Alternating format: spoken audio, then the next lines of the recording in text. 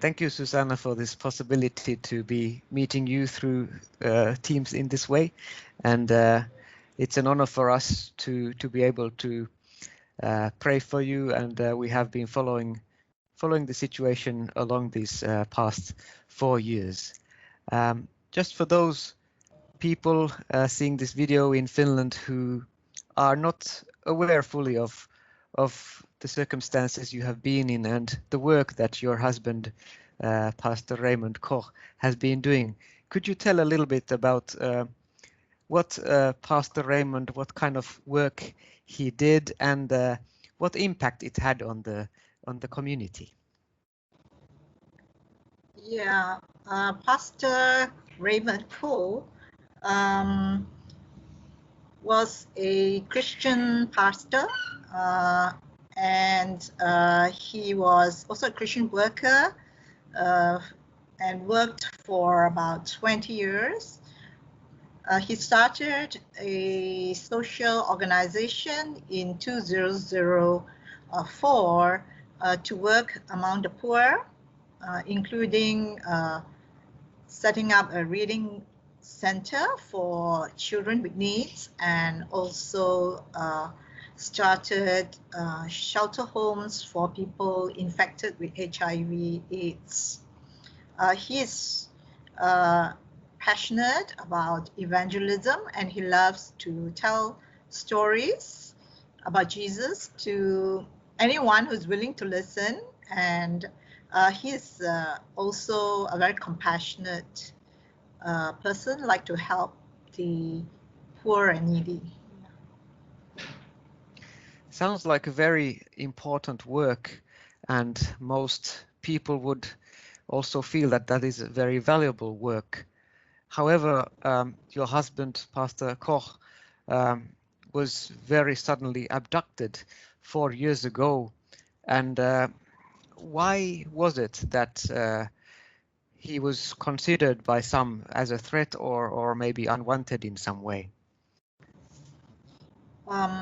I think that what he did had impacted people's lives and was bearing fruit. And so he came under the radar of maybe religious people who were not thrilled with his work, and so they felt threatened and thought that he is trying to convert Muslims to Christianity. It is illegal for Muslims, for people to share the gospel with Muslims, and Muslims are not allowed to convert or change their religion in Malaysia.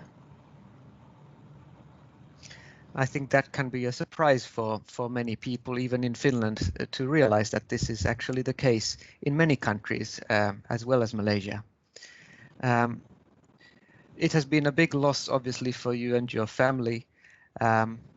What has given you strength to carry on over these past 4 years?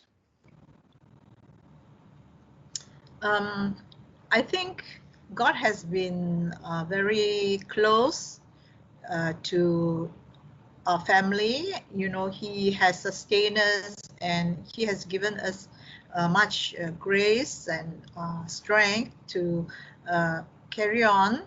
And more than that, He has given us this desire to continue to find the truth and to help others, to speak up for others who also had their loved ones similarly disappeared. And I think without God's strength, it is really difficult. And also, I think the support, the prayers of the Christian community, that has lifted our spirits and encouraged us in many ways. Yeah. That is good to hear. What would you ask for people viewing this video here in Finland to especially be doing? How can we best support you? You have taken, of course, steps also to urge for investigation on these matters, and like you said, to find the truth behind why these events have taken place, not only to Pastor Koh, but also other people that have been abducted or disappeared under various circumstances. But how can we, as Christians and people in Finland, best support you and this situation? Yeah, I'm really touched tonight that I'm able to share my story with the Finnish Christians, and I think please continue to cover us in prayer. The family has filed a civil suit in the High Court against the police and the government because the Human Rights Commission concluded that Pastor Raymond is a victim of enforced disappearance, and that the state agents, rather the police, were involved in the abduction. And so please pray that the court case will go smoothly, and that there won't be any hindrance or delay, and that we will be able to find the truth. Besides prayer, you could maybe write to the Minister of Foreign Affairs or the Member of Parliament to encourage them to make the Malaysian government accountable for these acts against humanity, and that Pastor Raymond and the rest will be released soon, as soon as possible. And continue to encourage those that suffer persecution and are suffering by writing cards, sending them cards, and supporting them in any way.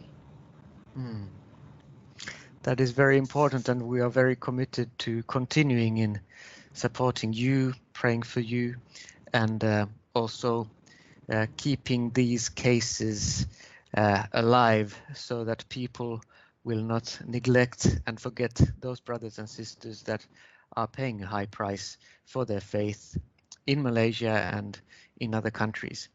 This is also a big human rights issue, after all, that should touch every human being, no matter what race, what religion, or so forth.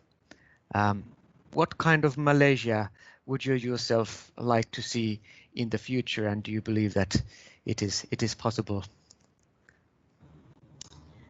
Well, I like to see a Malaysia that will see the different races and people from different religions mixing together, working together, eating together, living,